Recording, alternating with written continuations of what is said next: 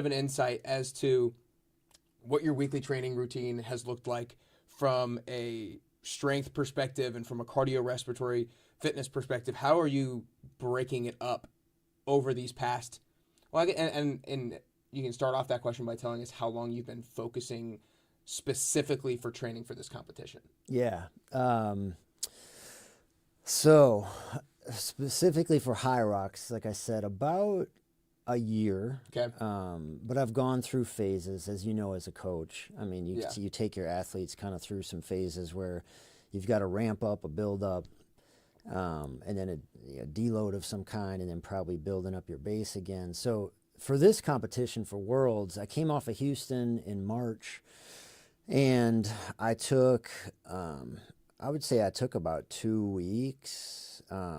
It took me about 4 or 5 days for my nervous system to kind of calm down and recover.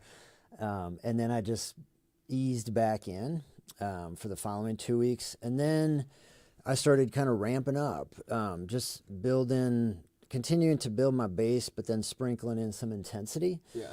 And then I would say about 8 weeks ago, then I kind of really started ramping up the intensity. Okay. The intensity, the volume, frequency too, at my age, kind of getting deeper into the weeds on your question, I find it much more challenging to recover.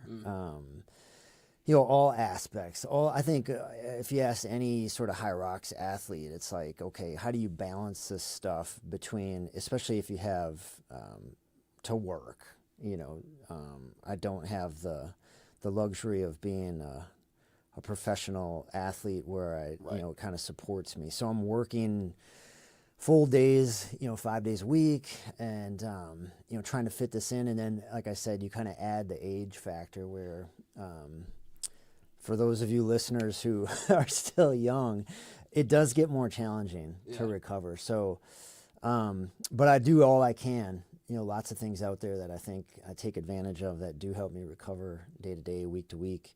So at your age of 52, in order to try to find the balance of, I'm going to want to go as hard as I can to make sure I'm set up for success, but I also want to make sure I can recover so that I can go as hard as I can. Like, actually, what does that practically look like? How many days a week are you training? What are the hours of it? Yep.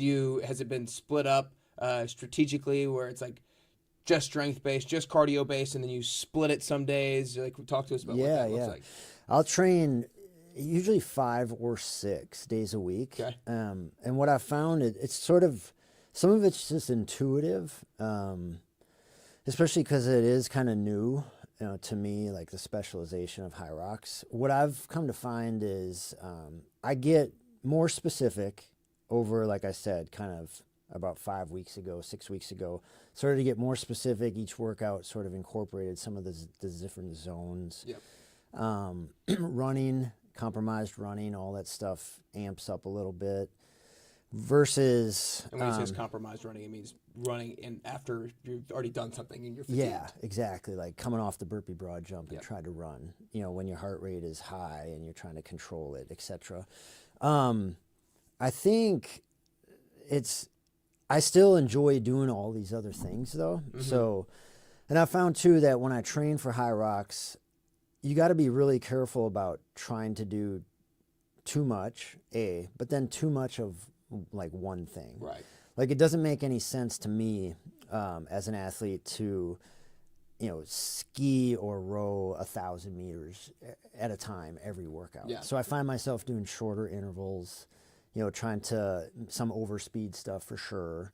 I'm not going to necessarily burpee broad jump 80 meters at a time every time I go into the gym. Right. Now I might do burpee broad jump, once or twice a week, but and I might do more than 80 meters cumulatively. Right. But it would probably be like 20 to 40 meters at a time. Mm-hmm. And maybe I do that for like 4 rounds coupled with another exercise such as maybe row because they're next to each other, or sprinkle in a run, of some kind, like a half-mile run or something like that. I'm interested in like thinking about this idea almost like philosophically or from a bigger perspective. So for example, to dissect it a little bit further, you don't always do the exact thing that you're going to do in competition when you're practicing. That doesn't make a whole lot of sense, and I want to talk about why it might not make sense. Because if you're trying to run a faster mile, when you're training for it, you're not just going to run 1 mile as fast as you can 3 times a week.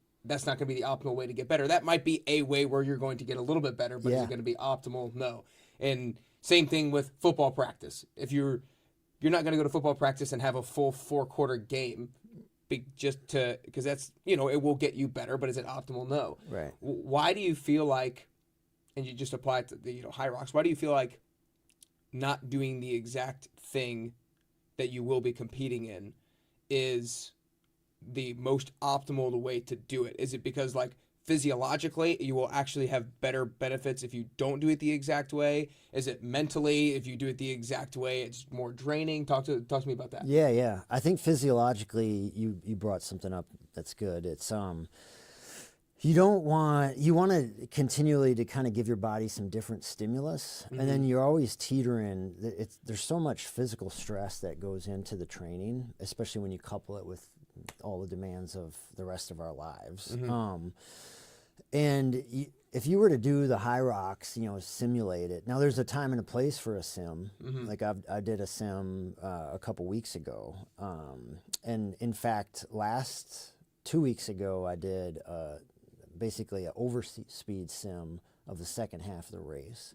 So there's a time and a place to do stuff like that, but you're always kind of teetering on. You want to be careful about doing too much. And then the biggest thing, like I said, is just kind of giving your body some different types of stimulus. And